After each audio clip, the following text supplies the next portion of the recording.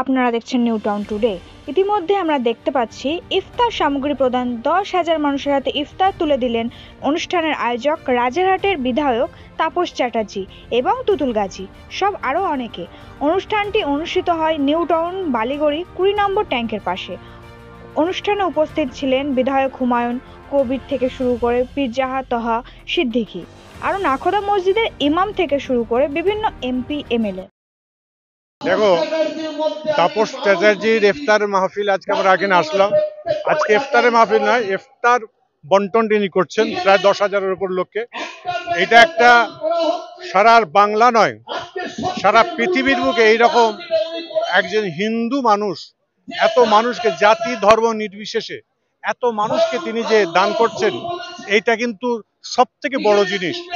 একটা মানুষ হিসাবে তিনি দেখেছেন গরিব দুঃখী অসহায়, বিশেষ করে আজকে ঈদের দিনে ঈদের নামাজ আদায় করে যখন আমাদের গরিবের ছেলে মেয়েরা ঈদের নামাজ পড়তে যাবে, এসে বাড়িতে মনে মনে হবে কোন বন্ধুর বাড়িতে আজকে সেমাই হয়েছে সেখানে যাব, কিন্তু না, আজকে তাপস চ্যাটার্জি যা করেছেন সে ওই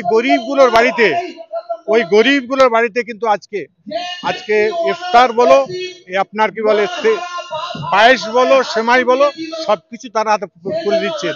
এরই জন্য আজকে তার সংগঠনের যারা আছেন সকলকেই আমি আমার অন্তরস্থল থেকে বাইতুল মাল ওয়েলফেয়ার ট্রাস্টের তরফ থেকে মোবারকবাদ জানাচ্ছি। এবং এই প্রোগ্রাম সারা বছর উনি ডেলি প্রেয়ায়, আজকে আপনারা দেখেছেন ইমাম ভাতা উনি দিয়ে দেন, আবার আপনারা দেখেছেন আপনার গরিবদের ঘরে অসহায়দের ব্যক্তিকে দান করছে, আবার দেখতে পাচ্ছেন লেখাপড়া করাচ্ছে। আজকে আপনারা দেখতে পেলেন একটা বাচ্চা ছেলেকে ল্যাপটপ দিলেন।